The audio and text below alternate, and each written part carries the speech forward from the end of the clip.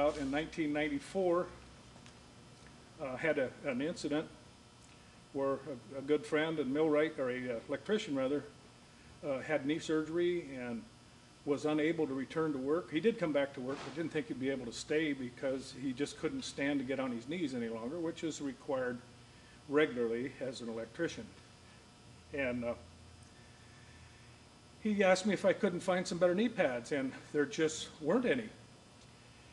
And they were all the same. They had straps around your legs, and they hurt. They pulled the hair. They were hot and sweaty. They wouldn't stay put when you walked, and they impaired the circulation. And nobody would wear them unless they absolutely had to.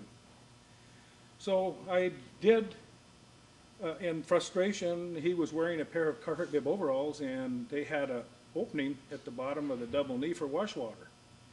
And I said, well, maybe we could stuff something up there, and you could have that to nail on, carry in your pants. And I found some packing in a garbage can, and I got out a pair of tin snips, and I whacked them out, and we put them up in there. And he come back to me later in the day, he says, that feels pretty good, but it is kind of rubs on my knee when I walk. And I said, well, it needs to be shaped.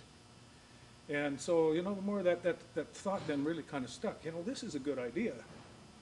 And so I pursued that, and I made those knee pads several different ways. I laminated 1/8-inch layers of the EVA, and that worked pretty well. And I cast urethanes, and I couldn't get them to what I call perfection.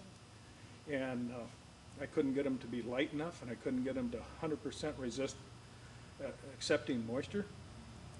And so then I switched to pour-on, and it was too expensive. And I finally found a better grade of EVA that did do the job. And today we're still using that same product.